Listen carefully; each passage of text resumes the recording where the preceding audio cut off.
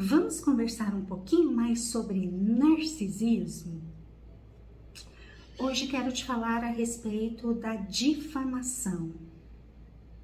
Você já foi vítima da difamação por parte de um narcisista?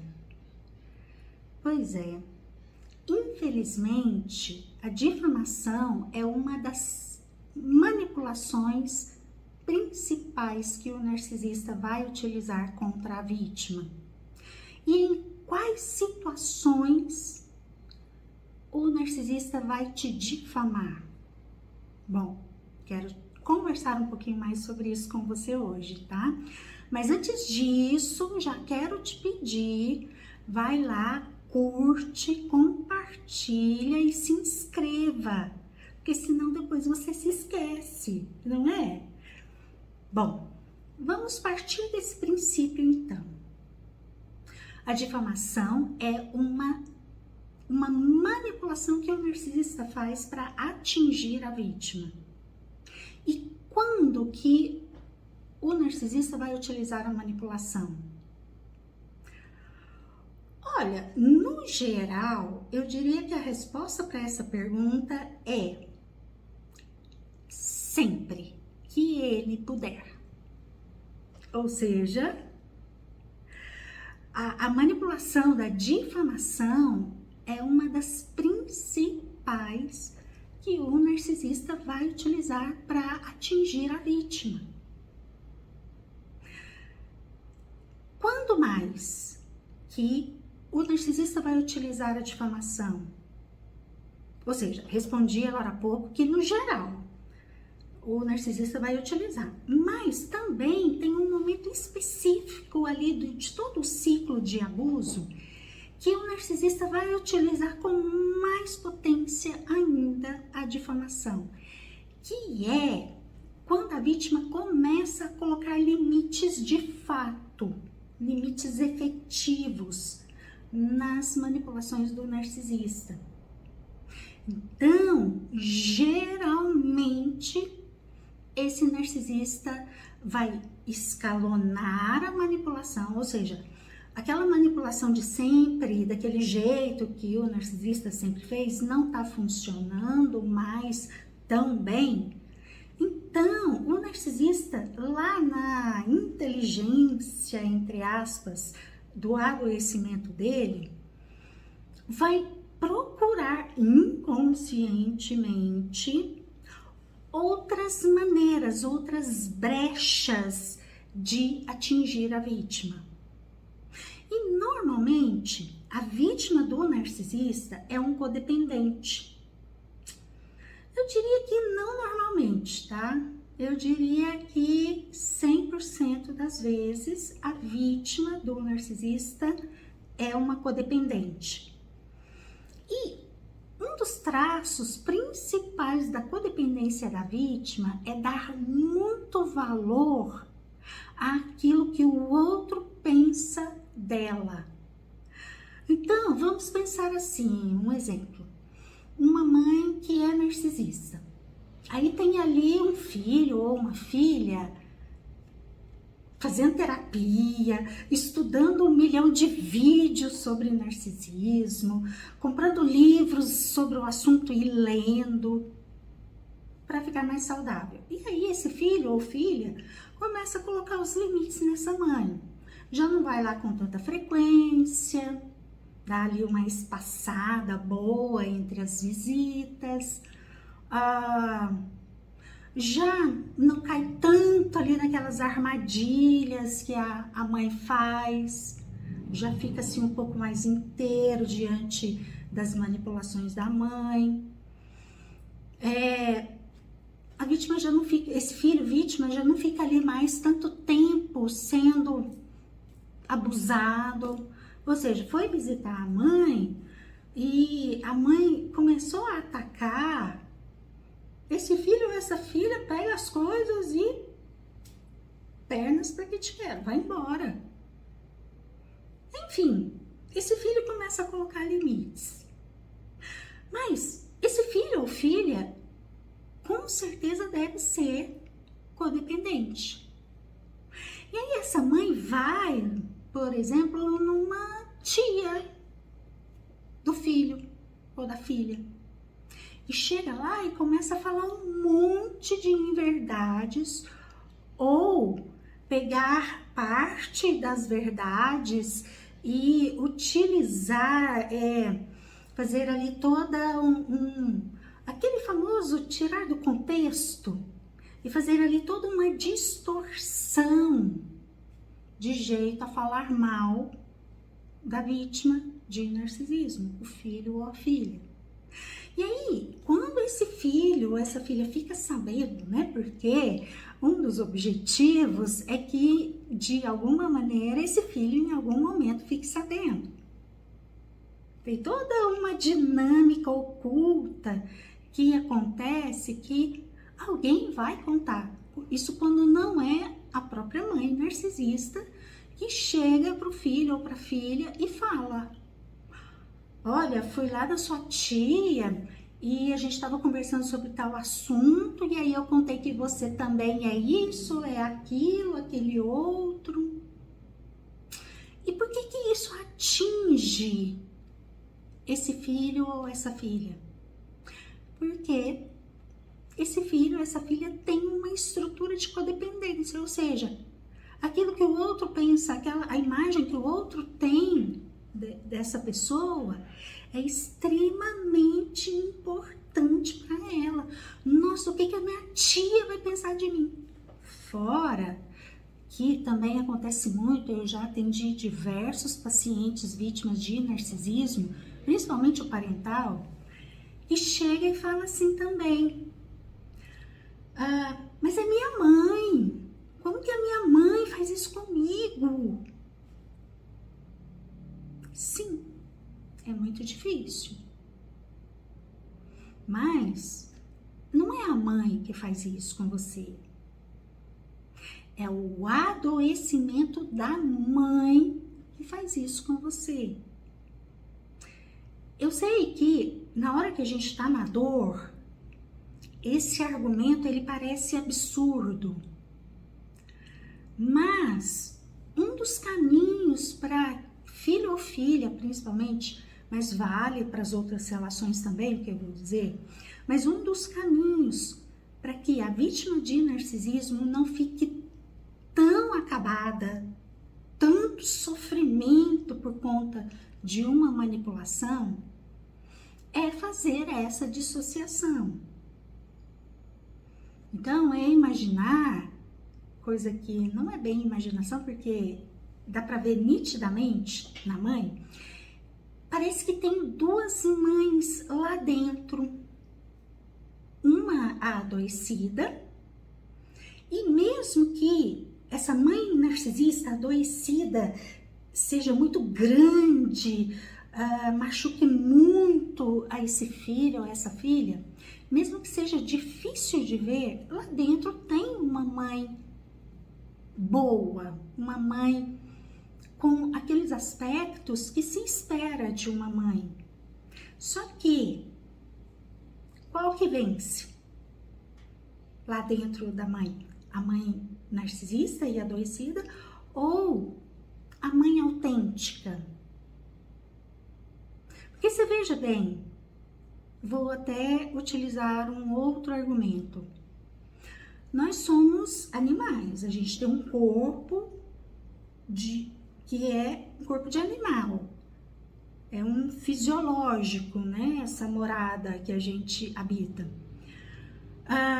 Portanto, a gente tem um instinto de sobrevivência. E o amor materno e o amor paterno, aqui falando da parte boa, tá? Da mãe ou do pai. Tá lá nesse instinto de sobrevivência. O nosso lado animal, instintivo, nos leva a proteger a cria. Enfim, porque tem ali algo, uma programação no sentido da sobrevivência daquela linhagem, da espécie, tá? Portanto, mesmo que a sua mãe narcisista ou lá a pessoa narcisista da sua vida seja muito difícil perceber a parte boa, mas tá lá, tá? Eu te afirmo, tá lá.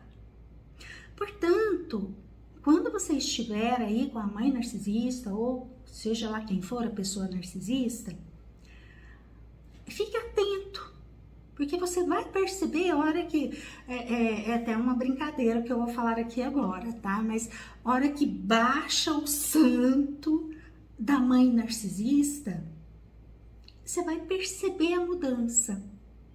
O tom de voz muda, você vai perceber por vezes microsinais na feição da pessoa.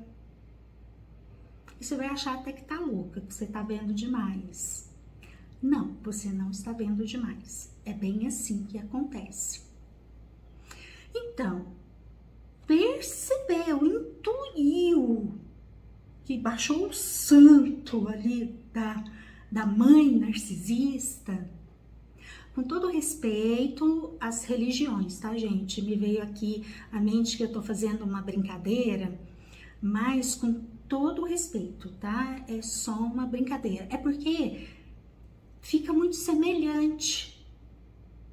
É como se a pessoa realmente estivesse sendo tomada por um outro ser.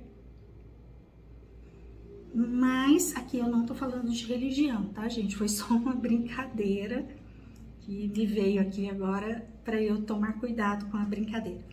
Mas, voltando e vamos falar de uma forma séria. Quando você perceber esses microsinais, ou mesmo que não tenha microsinal nenhum, mas foi só uma intuição, valide a sua percepção. Que ali provavelmente virou a chavinha lá dentro da sua mãe, da mãe mais tranquila, mais que dá para conversar ali sobre certos assuntos. Ó, a chave virou e ali realmente, a partir de certo momento, tá funcionando, está à frente a mãe narcisista. E aí, o que você faz nessa hora? Pernas para que te quero. Sai fora o mais rápido possível, porque vai sobrar para você. Ok? Bom, mas voltando lá na difamação, recapitulando, portanto, a difamação é uma das principais manipulações que o narcisista vai utilizar. Ele vai utilizar ao longo ali de todo o ciclo de abuso. Mas, mais especificamente, quando a vítima começa a colocar limites, o narcisista vai escalonar a manipulação, ou seja, ele vai aumentar a intensidade e variar o tipo de manipulação que ele costuma fazer para tentar quebrar aquele limite que você está colocando e encontrar em você uma brecha para a manipulação dele entrar e aí o narcisista te atacar. E uma das maneiras de te atingir muito, de atingir nós, todo mundo, ser humano, é a difamação. O que fazer? Eu quis até gravar esse vídeo porque hoje eu atendi uma paciente que trouxe essa questão em relação ao pai. E a orientação que eu dei a ela foi o seguinte em relação à difamação. Naquilo que for só uma difamação a nível só do social, tipo assim, a mãe vai lá e difama pra tia, pras primas. Ok. Aí, nessa difamação mais social, eu diria o seguinte: deixa pra lá. Talvez vá doer em você, talvez vá ser difícil. Eu me lembro de uma paciente dizendo assim, mas é uma prima que eu gosto tanto. E aí eu disse pra ela, pois é, mas infelizmente o narcisismo, ele é perverso. Infelizmente, a sua realidade, ela é extremamente desafiadora. Por quê? Porque tem narcisismo ali. Por quê? Porque você tem uma estrutura de codependência que te coloca em diversos aspectos muito vulnerável à manipulação narcisista. ok? Portanto, o narcisismo, a gente tem que olhar para ele como algo sério e trabalhar aqui na nossa mente, na nossa emoção, aquelas expectativas infantis de que as relações sejam perfeitas, sempre amorosas, sempre tranquilas. Onde tem narcisismo, não será essa a sua realidade. Então aí é fazer um trabalho aí na sua mente muito adulto de conseguir lidar com a realidade mesmo que ela seja muito desafiadora para você. E aí, infelizmente, quando essa difamação acontece a nível social, geralmente aquela outra pessoa que o narcisista foi lá e te difamou, geralmente ela também é codependente. Geralmente ela também vai cair ali na lábia do narcisista. E aí o que você pode fazer? Eu já tive pacientes que me contaram assim, mas eu fui lá na minha tia, eu conversei com ela, eu expliquei tudo, eu falei, tia, eu nunca fiz isso, tia. Mas a tia não acreditou. E aí, a vítima tem o poder de mudar todo esse contexto? Não. A vítima de narcisismo, diante de todo esse contexto, ela é muito pequena. Só cabe a ela, por distanciamento em tudo isso, se virar para a própria vida e cuidar da própria vida. Deixando todas essas questões de narcisismo que vão fazer você sofrer mais distante. Agora, essa tia hipotética, ela vai sempre cair na lábia do narcisista? Não, tá, gente? Então eu vou argumentar algo aqui que ajuda muito quando a pessoa tá nesse lugar de ser difamada e que vem uma dor, vem um desespero, todo mundo vai acreditar na minha mãe. Não. Quem estiver minimamente saudável vai perceber que ali tem algo que não é verdade, ou no mínimo que tem algo estranho ali. Então, nem todo mundo vai cair ali no papo do narcisista e acreditar no narcisista. E uma outra situação pode acontecer. Vamos voltar lá na tia que acreditou na sua mãe.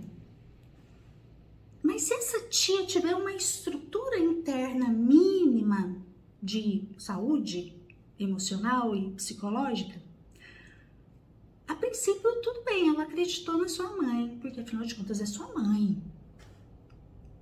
Mas com o passar do tempo, muitas vezes acontece dessa pessoa e percebendo que não, peraí, não é bem assim não. Tô achando que a minha mãe, tô achando que a mãe ali da minha sobrinha falou uma inverdade. Portanto, aqui, a hora que eu falo disso, eu tô querendo falar do tempo. De tempo ao tempo.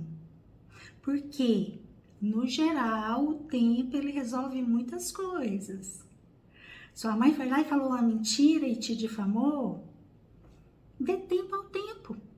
O tempo vai desmascarando, tá? Continue ali cuidando da sua vida, mantendo a sua dignidade, acreditando na sua verdade interna. Busque maneiras de você se validar nessa verdade interna. Você sabe que você não fez aquilo, que é mentira da sua mãe. Por que você precisa convencer essas pessoas, convencer sua mãe, convencer a tia, a prima, de que aquilo é mentira? Você pode até tentar, tá? Vai que, né? Mas não dependa disso. Aqui dentro de você, você sabe da sua verdade. Você sabe o que você fez e o que você não fez. Ok? Bom, então aqui uma não tão breve análise e argumentação a respeito da difamação. Espero ter colaborado. Se você gostou, novamente, curte, compartilha e se inscreva. Grande beijo e até o próximo momento.